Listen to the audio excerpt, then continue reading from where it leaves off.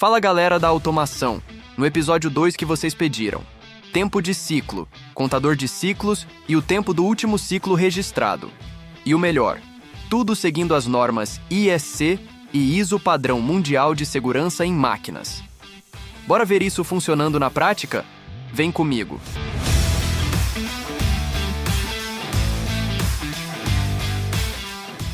Nessa linha tive que trocar o tamanho das duas esteiras para ter uma maior repetibilidade do processo sem falhas, devido ao retardo de comunicação do CAP Server. Esse é o nosso painel de comando da linha, que foi adicionado o contador e registrador de tempo de ciclo. Esse é o botão que vai iniciar nossa linha. Esse é o botão de parada de ciclo, que vai funcionar diferente do botão de emergência. Aqui temos nossa torre sinalizadora de 3 cores. O verde acende na partida, o vermelho acende quando aciono o botão de emergência. Já o laranja farei a programação no próximo episódio. Vamos iniciar nossa linha. A peça passa por esse dispositivo que faz o pré-alinhamento. Agora esse manipulador pega e faz a montagem das peças.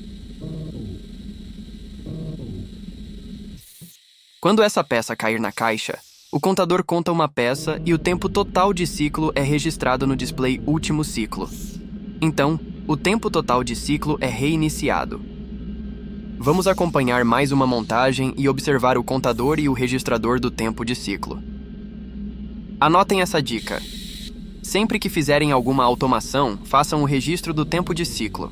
Isso lhe dará a possibilidade de ver a estabilidade do processo e a pensar como otimizar para ganhar tempo.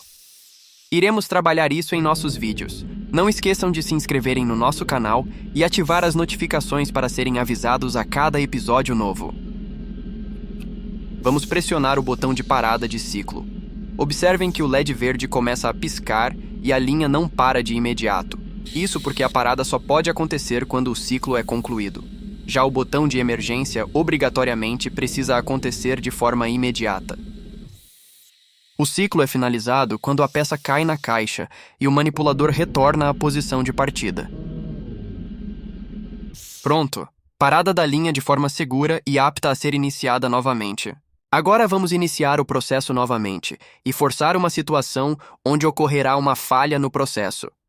Em conformidade com as normas internacionais IEC 673, sinalização visual da torre sinalizadora. Verde contínuo é produção normal. Verde piscante é parada ordenada. Vermelho é alarme ou emergência.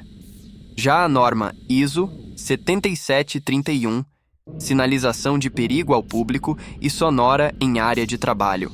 Sirene e giroflex é falha crítica no processo. Emergência é apenas sinal visual, sem som.